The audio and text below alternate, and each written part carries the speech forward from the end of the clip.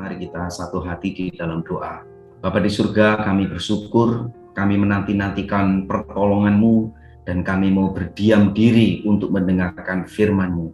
Kami percaya firman yang kami baca, kami renungkan, kami lakukan adalah kuasa dari Allah Roh Kudus, adalah kekuatan dari Allah sendiri yang sanggup untuk melepaskan kami dari segala macam persoalan dan sanggup menyembuhkan segala sakit penyakit kami.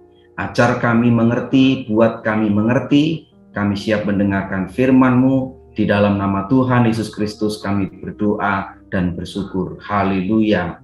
Amin. Puji Tuhan, pembacaan kita hari ini terambil di dalam Mazmur pasal yang ke-40 ayat 1 sampai dengan ayat yang ketiga.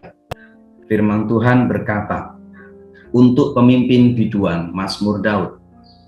Aku sangat menanti-nantikan Tuhan, lalu Ia menjenguk kepadaku dan mendengar teriakku minta tolong. Ia mengangkat aku dari lubang kebinasaan, dari lumpur rawa. Ia menempatkan kakiku di atas bukit batu, menetapkan langkahku. Ia memberikan nyanyian baru dalam mulutku untuk memuji Allah kita. Banyak orang akan melihatnya dan menjadi takut, lalu percaya kepada Tuhan. Saudara-saudara sekalian, kalau kita merenungkan lebih dalam, ayat yang keempat, di situ dikatakan Tuhan memberikan kepada kita nyanyian yang baru. Apa artinya nyanyian baru di dalam kehidupan kita? Nyanyian baru diberikan Tuhan. Tujuannya adalah untuk memuji dan memuliakan nama Tuhan. Saudara-saudara sekalian, Tehilah Hadas itulah dalam bahasa Ibraninya yang mengandung makna bahwa Tuhan memberikan sebuah perkataan puji-pujian.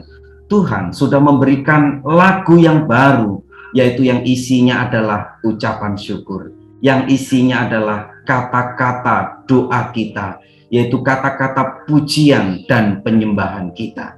Sehingga pada waktu kita di dalam persoalan, di dalam ketakutan, di dalam sakit penyakit, ataupun dalam keadaan apapun, Tuhan sedang memberikan kita nyanyian baru pada waktu kita menanti-nantikan Tuhan. Tahukah saudara bahwa ketika kita menanti dengan sabar pertolongan Tuhan, kita mendapatkan kekuatan baru. Dari mana kekuatan baru itu berasal?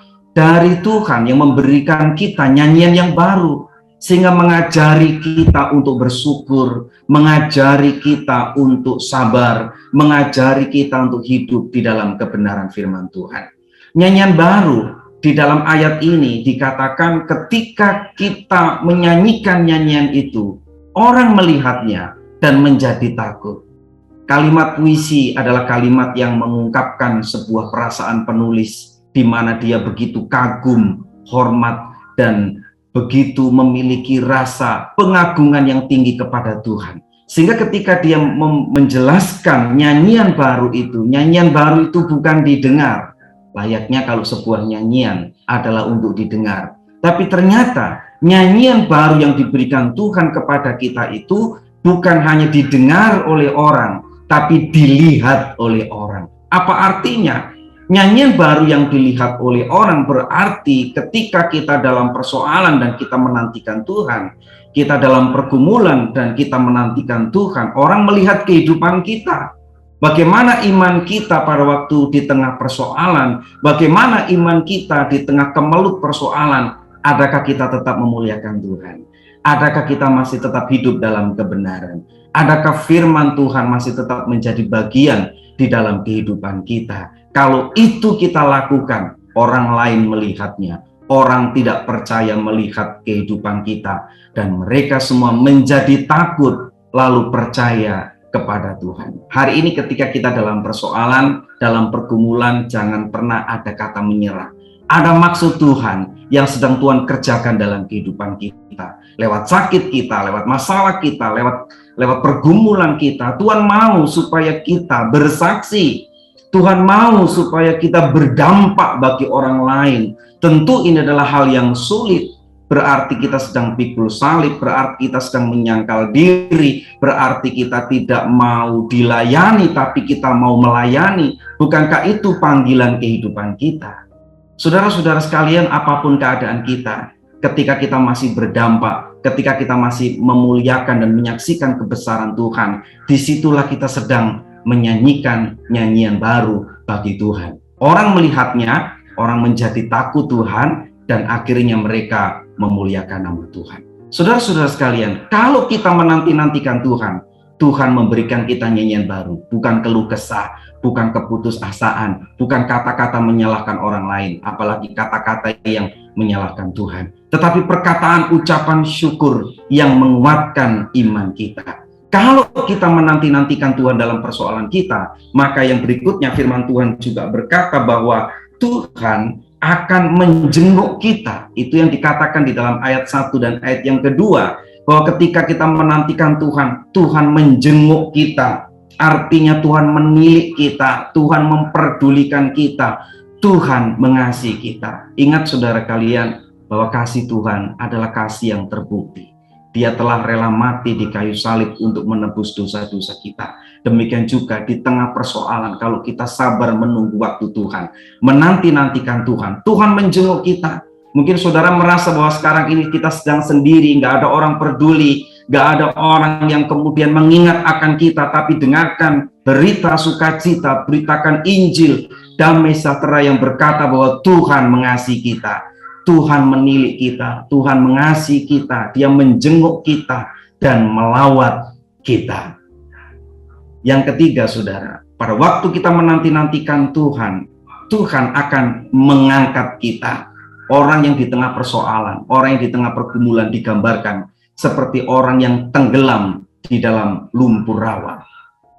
Ketika orang tenggelam dalam lumpur rawa, ketika dia meronta dengan kekuatannya sendiri, dia mau melepaskan diri, justru tidak akan pernah berhasil. Ketika kita dalam pergumulan, kita meronta, memberontak, dengan kekuatan kita sendiri, kita mencoba untuk keluar dari persoalan, kita tidak akan pernah bisa, tidak akan pernah mampu. Justru kita akan semakin tenggelam, terperosok, dihisap oleh lumpur rawa itu. Tetapi pada waktu kita menanti-nantikan Tuhan, firman Tuhan berkata, Tuhan mengangkat kita dari lubang, Tuhan mengangkat kita dari lumpur rawa, dan kemudian menjejakkan kaki kita di bukit batu. Bukan hanya di tempat yang keras, bukan hanya di atas batu biasa, tapi di atas bukit batu. Artinya Tuhan mengangkat kita di tempat yang tinggi. Kalau kita menantikan Tuhan, Tuhan memberikan kita nyanyian baru. Kalau kita menantikan Tuhan, Tuhan menilik kita. Dan kalau kita menantikan Tuhan, Tuhan akan mengangkat kita dan menempatkan kita di atas bukit batu. Bukan hanya itu, ayat yang begitu indah, puisi yang begitu indah, mazmur begitu indah, memberitahu kita bahwa Tuhan juga akan menetapkan langkah kita. Artinya Tuhan menunjukkan kepada kita jalan mana yang harus kita tempuh, kemana kita harus pergi, sehingga kita tidak akan pernah jatuh di dalam lubang yang sama. Saudara-saudara sekalian, kalau hari ini kita adalah orang-orang yang sudah begitu lama terjerumus dalam dosa, terjerumus dalam kehidupan yang nista, orang tidak peduli kita, orang tidak lagi mengasihi kita, kita selalu dipersalahkan. Kalau kita hari ini mendengarkan firman ini, kabar baiknya adalah Tuhan Yesus tetap mengasihi kita.